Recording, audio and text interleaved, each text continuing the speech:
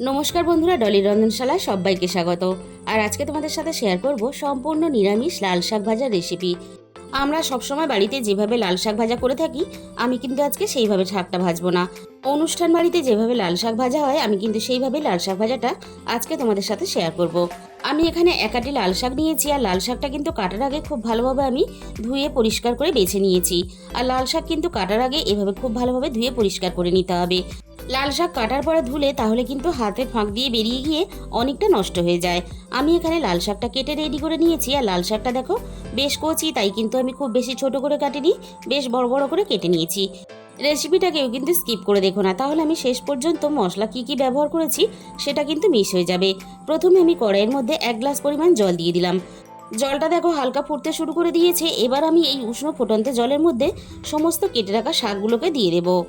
জল কিন্তু এখানে একেবারে টকবকা করে ফোটালে হবে না। জল যখন এরকম উষ্ণ গরম হবে তখন এখানে শাকগুলোকে জলের মধ্যে দিয়ে দিতে হবে। আর এই সময় কিন্তু গ্যাসের ফ্লেমটা একেবারে লোতে রাখতে হবে। এবার এই উষ্ণ গরম জলের মধ্যে আমি শাকটাকে উল্টে পাল্টে একটু শুধু নরম করে নেব। আর ফুটন্ত জলের মধ্যে শাকগুলো দিয়ে এভাবে ওলট পালট করলে তাহলে শাকগুলো সিদ্ধ হয়ে একেবারে নরম হয়ে গলে যাবে।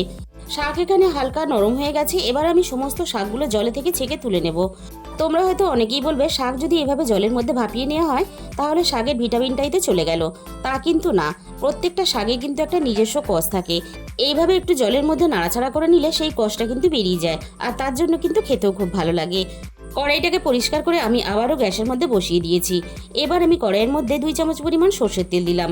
সর্ষের তেলটা খুব ভালোভাবে গরম হতে এখানে আমি কাঁচা চীনাবাদাম 1 মুঠো দিয়ে দিলাম। এবার আমি বাদামটা হালকা আঁচে নাড়াচাড়া করে খুব ভালোভাবে ভেজে নেব। আর বাদামগুলো যখন একটু চিটপিট করে আওয়াজ হবে আর মাঝখান থেকে একটু ফাটতে শুরু করবে, তখন বুঝে নিতে হবে বাদামগুলো আমার এখানে ভাজা রেডি হয়ে গেছে। বাদাম আমি খুব ভালোভাবে ভেজে নিয়ে বাদামের সাথে আমি 8-10টার মতো মটর ডালের বড়ি দিয়ে দিলাম। যেহেতু এটা নিরামিষভাবে রান্না করছি, তাই আমি মটর ডালের বড়িটাকে ব্যবহার করলাম। তোমরা ইচ্ছে করলে যে কোনো ডালের বড়ি কিন্তু এখানে ব্যবহার করতে পারো। এবার আমি বাদাম আর বড়ি একসাথে নাড়াচাড়া করে বড়িগুলোকে খুব ভালোভাবে বেশ লালচে করে ভেজে নেব।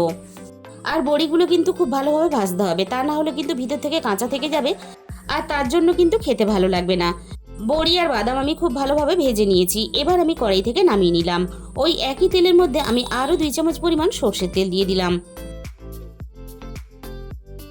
তেলটা আমি খুব ভালোভাবে গরম করে নিয়ে এবার আমি তেলের মধ্যে দিয়ে দেব 1 চামচ পরিমাণ কালো জিরে। আর কালো জিরে ফোড়ন দিয়ে শাক ভাজলে শাকের স্বাদ আর গন্ধ দুটোই কিন্তু দারুণ হয়। এবার আমি ফোড়নে দিয়ে দেব 2টো শুকনো লঙ্কা কুচি। এবার আমি ফোড়নটা 30-40 সেকেন্ডের মতো একটু নাড়াচাড়া করে ভেজে নেব। আর শাক ভাজার এই শুকনো লঙ্কা একটু কড়া করে ভেজে নিতে হবে। আর শাক ভাজার লঙ্কা একটু কড়া করে ভাজলে যখন ভাতের সাথে শাক ভাজা আর লঙ্কাটা মেখে খাবে তখন কিন্তু খেতে দারুণ লাগবে। এবার আমি তেলের মধ্যে দিয়ে দিলাম স্বাদ মতো লবণ, আর দিয়ে দেব অল্প একটু হলুদ গুঁড়ো। শাক ভাজার অল্প একটু হলুদ গুঁড়ো দিলে তাহলে শাক ভাজার কালারটা খুব ভালো আসবে। আর তেলের মধ্যে হলুদ গুঁড়ো দেওয়ার সাথে সাথেই কিন্তু শাকগুলোকে দিয়ে দিতে হবে, তা না হলে হলুদটা পুড়ে যাবে আর শাক ভাজার কালারটা কালো হয়ে যাবে। এবার আমি শাকটাকে নাড়াচাড়া করে হলুদ গুঁড়ো খুব ভালোভাবে শাকের সাথে মিশিয়ে দেব। আর এইভাবে শাকটাকে নাড়াচাড়া করে অনবরত ভাজতে থাকবো। আর এই সময় কিন্তু গ্যাসের ফ্লেমটাকে মিডিয়ামের থেকে একটু হাইতে রাখতে হবে, তা না হলে শাকগুলো কড়াইয়ের মধ্যে বসে গিয়ে একেবারে কাদার মতো হয়ে যাবে। আর শাকের মধ্যে দেখো হালকা কিন্তু জল ছাড়তে শুরু করে দিয়েছে। এই সময় কিন্তু শাক একেবারেই ঢাকা দেওয়া যাবে না, আর ঢাকা দিলেই কিন্তু অনেকটা পরিমাণ আরও জল বেরিয়ে আসবে, আর তার জন্য কিন্তু শাকগুলো কড়াইয়ের মধ্যে বসে যাবে আর খুব ভালোভাবে কিন্তু ভাজা যাবে না। আর অনবরত শাক কিন্তু আমি এইভাবে নাড়াচাড়া করে ভাজতে থাকবো, আর কড়াইয়ের গায়ে এইভাবে একটু ছড়িয়ে দেবো। আর কড়াইয়ের গায়ে এভাবে একটু শাকটা ছড়িয়ে দিলে তাহলে শাক ভাজার কালারটা খুব তাড়াতাড়ি চলে আসবে শাকের মধ্যে, আর শাকটাও খুব তাড়াতাড়ি ভাজা হয়ে যাবে। এবার আমি কয়েকটা শাকের ডাঁটা তুলে তোমাদের দেখিয়ে দেবো। দেখো সুন্দরভাবে কিন্তু শাকের ডাঁটাগুলো নরম হয়ে গেছে। শাকের ডাঁটা খুব ভালোভাবে যেমন নরম হয়ে গেছে, আর ডাঁটাগুলো কিন্তু একটাও একেবারে গলে যায়নি। শাকটা আমার খুব ভালোভাবে ভাজা রেডি হয়ে গেছে। এবার আমি শাকের মধ্যে দিয়ে দিলাম স্বাদ মতো চিনি। আর শাক ভাজাতে চিনি কিন্তু অবশ্যই ব্যবহার করবে, তবেই কিন্তু শাক ভাজাটা খেতে ভালো লাগবে।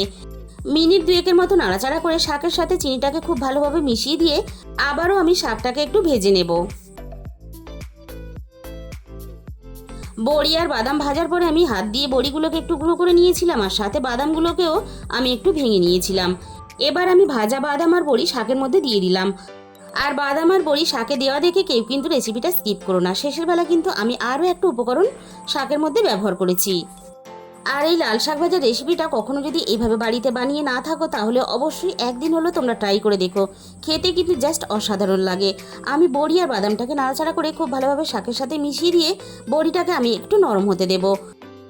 আমি 1 মিনিটের মতো শাকটাকে আরও একটু রান্না করে নিলাম। এবার আমি এখানে শাকের মধ্যে দিয়ে দেব অল্প একটু ঘি। আর এই অল্প একটু ঘি দেওয়ার জন্য শাক ভাজার স্বাদ কিন্তু 10 গুণ বেড়ে গেল। আর শুকনো শুকনো ভাতের সাথে যখন শাক ভাজাটা মেখে খাবে একেবারে কিন্তু মন প্রাণ ছুঁয়ে যাবে। আর পুরো ভাতটাই কিন্তু শাক ভাজা দিয়ে মেখে খেয়ে ফেলবে। আর অন্য কোনো ডাল তরকারির কোনো প্রয়োজনই হবে না। ঘিটাকে আমি নাড়াচাড়া করে শাকের সাথে খুব ভালোভাবে মিশিয়ে দিয়েছি। এবারে আমি তোমাদের খুব কাছে থেকে দেখিয়ে দেবো, দেখো শাক ভাজাটা কতটা সুন্দরভাবে ঝুরঝুরে হয়ে ভাজা হয়েছে। আর গরম গরম ভাতের সাথে খাওয়ার জন্য একেবারে অনুষ্ঠান বাড়ির মতো শাক ভাজা কিন্তু আমাদের রেডি হয়ে গেল। তাহলে বন্ধুরা, আজকের এই রেসিপিটা ভালো লাগলে ভিডিওতে একটা লাইক করে দিও আর নিজেদের বন্ধুদের মধ্যে শেয়ার করে দিও। আর যে সমস্ত আমার চ্যানেলের নতুন বন্ধুরা এখনও পর্যন্ত চ্যানেলটাকে সাবস্ক্রাইব করোনি, এরকম নতুন নতুন রেসিপি পেতে আমার চ্যানেলটাকে সাবস্ক্রাইব করে পাশে থাকা বেল আইকনটা ক্লিক করে অল করে দিও। তাহলে আমি যখনই কোনো নতুন রেসিপি আপলোড করব সবার আগে তোমার কাছে পৌঁছে যাবে। আর তার সাথে সাথে আমার চ্যানেলটাকে হাইপ করে দিও, যাতে আমি তোমাদের সাথে আরও নতুন নতুন রেসিপি শেয়ার করতে পারি। আজকে তাহলে এই পর্যন্ত। আর তোমাদের মূল্যবান সময় দিয়ে আমার এই রেসিপিটা শেষ পর্যন্ত দেখার জন্য তোমাদের সবাইকে অসংখ্য ধন্যবাদ।